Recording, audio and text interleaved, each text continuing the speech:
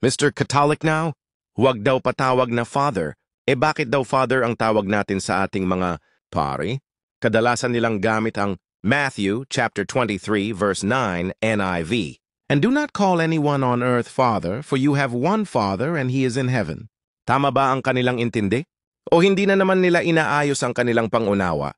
Ano kaya ang tawag nila sa kanilang tatay? Papa? Daddy? Ama?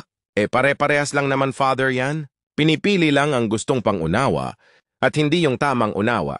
Basta't may maipuna lang. Ito pa ang sasabihin nila, iba naman yung Father sa laman. Sa literal na pangunawa nila, huwag patawag na Father pero pagdating sa Father sa laman, iba? Ano yon? Pinipili lang ang paniniwalaan? Ang nakalagay sa Matthew chapter 23 verse 9 NIV. Anyone on earth. Anyone on earth, ibig sabihin bawat isa. Kaya kung susundin natin ang literal nilang pangunawa, kasama dyan ang Father sa laman, ginawa nilang literal pero pag against sa kanila, sasabihing iba naman yon. Kung tama ang kanilang unawa, bakit puro Father lang ang kanilang pinupuna? Basta't lang may maipuna? At bakit hindi sila pumunta ng DepEd at sabihing, call no man teacher? Matthew chapter 23 verse 8. Good News Translation, you must not be called teacher, because you are all equal and have only one teacher. Magbigay tayo ng senaryo, gamit ang literal nilang pangunawa. Scenario. Naglalakad si teacher sa koridor nang tawagin siya ng kanyang grade 1 student. Teacher! Teacher! Kailan po ipapasa ang project? Call no man teacher because we are all equal. Ha? Patawa ka ma'am. See? Kung uunaway natin ang buong konteksto, ang gusto'y parating ng ating Panginoon dito ay huwag maging mapagmataas at entitled. At hindi literal na huwag patawag na father at teacher. Basahin natin ang buong konteksto. Mateo Kapitulo 23, versikulo 5 hanggang 12. Magandang balita Biblia. Pawang pakitang tao ang kanilang mga gawa.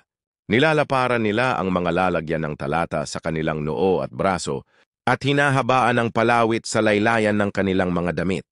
Ang nais nila ay ang mga upuang pandangal sa mga handaan at ang mga tanging upuan sa sinagoga. Gustong-gusto nilang iginagalang sila sa mga palengke at tawaging guro.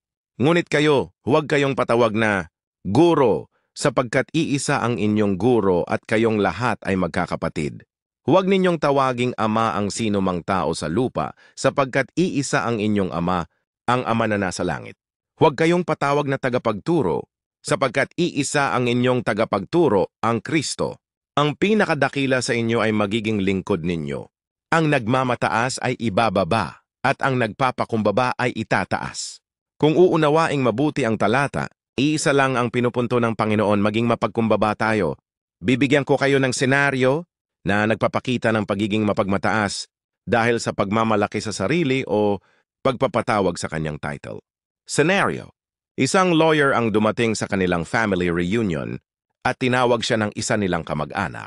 Tita Jenny, eto na ba si Ryan? Nag-glow up na. Ryan, yes ako nga tita, wag nyo na lang ako tawaging Ryan. Attorney Ryan na lang kasi nga nakapagtapos na ako ng abogasya. See, ano ang mali?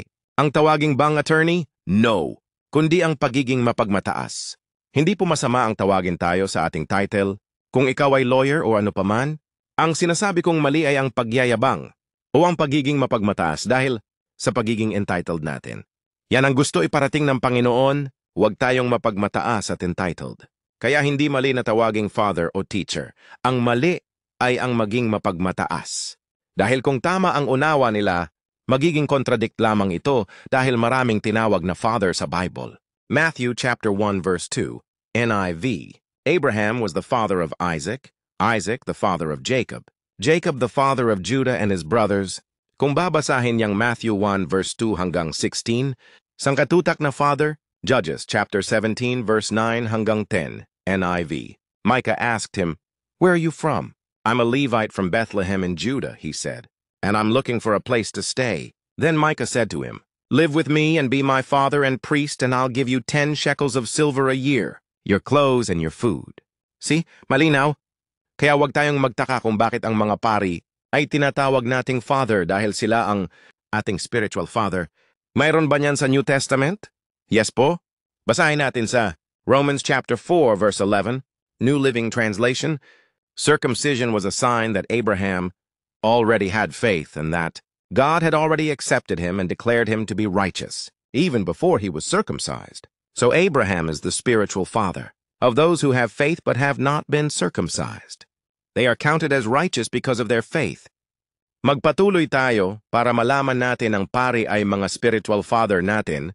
Unang Korinto, Kapitulo 4, versikulo 14, ito'y isinusulat ko, hindi upang hiyain kayo, kundi upang pangaralan bilang minamahal kong mga anak. Nakita mo? Tinuturing ni Pablo na mga anak ang mga mananampalataya sa Korinto. In short, spiritual father si Pablo, maging si Pablo ay spiritual father ni Timoteo. Basahin sa Unang Korinto, Kapitulo 4, versikulo 17, dahil dito pinapunta ko riyan si Timoteo, ang aking minamahal at tapat na anak sa Panginoon. Paalalahanan niya kayo tungkol sa mga prinsipyo ko sa buhay sa pagsunod kay Kristo Jesus. Ang mga prinsipyo ring iyan ang itinuturo ko sa bawat iglesia sa lahat ng dako. Magpatuloy tayo, 1 Corinthians chapter 4, verse 15, NIV. Even though you have 10,000 guardians in Christ, you do not have many fathers. For in Christ Jesus I became your father through the gospel. Nabasa mo? Malinaw na si Pablo ay spiritual father sa mga mananampalataya. Ano ba ang tungkulin ni Pablo? O ano nga ba si Pablo? Basahin natin para malaman na si Pablo ay pari o priest. Mga taga-Roma, Kapitulo 15, versikulo 16, magandang balita Biblia, upang maging lingkod ni Kristo Jesus bilang pari sa mga hentil.